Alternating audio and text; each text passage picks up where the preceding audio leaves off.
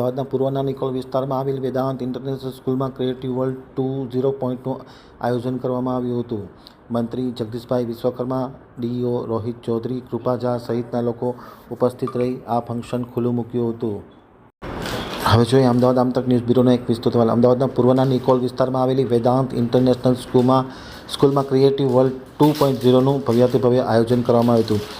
મંત્રી જગદીશ પંચાલ સહિતના મહાનુભાવોના હસ્તે દીપ પ્રાગટ્ય કરી અને આ ક્રિએટિવ વર્લ્ડ ફંક્શન ખુલ્લું મૂકવામાં આવ્યું હતું. ખાસ કરીને બાળકોમાં ફક્ત પુસ્તકીય જ્ઞાન નહીં પરંતુ તેમાં છુપાયેલી દરેક શક્તિને જાગૃત કરવા માટે વેદાંત ઇન્ટરનેશનલ સ્કૂલના વિદ્યાર્થીઓ, શિક્ષકો, આચાર્ય અને ટ્રસ્ટીઓએ ખૂબ જ મહેનત કરી ક્રિએટિવ વર્લ્ડ 2.0 સફળ બનાવ્યો છે અને વાલીઓએ પણ ખૂબ સારો સહકાર આપવામાં આવ્યો હતો.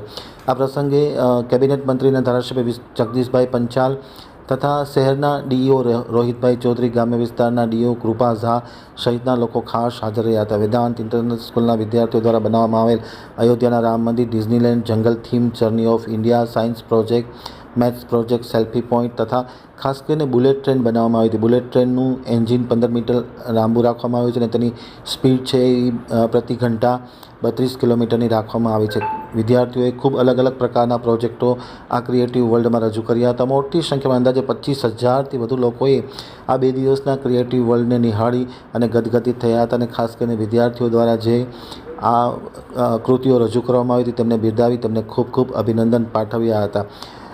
આમતક ટીવી સાથેની વાતચીતમાં માહિતી આપતા અપેક્ષા શાહના રિપોર્ટ અનુસાર વેદાંત ઇન્ટરનેશનલ સ્કૂલના લગભગ બધા જ વિદ્યાર્થીઓ એટલે કે જુનિયરથી ધોરણ 12 સુધીના બધા જ વિદ્યાર્થીઓએ આ ક્રિએટિવ વર્લ્ડમાં ભાગ લઈ અને પોતાની અલગ અલગ પ્રકારની કૃતિઓ રજૂ કરી હતી, જેને નિહાળવા માટે નિકોલની જનતા ભારે માત્રામાં ઉમટી પડી હતી અને ખૂબ જ અસરકારક રીતે આ ક્રિએટિવ વર્લ્ડ રહ્યું હતું અને ઠેર ઠેરથી તેમને ખૂબ ખૂબ અભિનંદન મળી રહ્યા છે.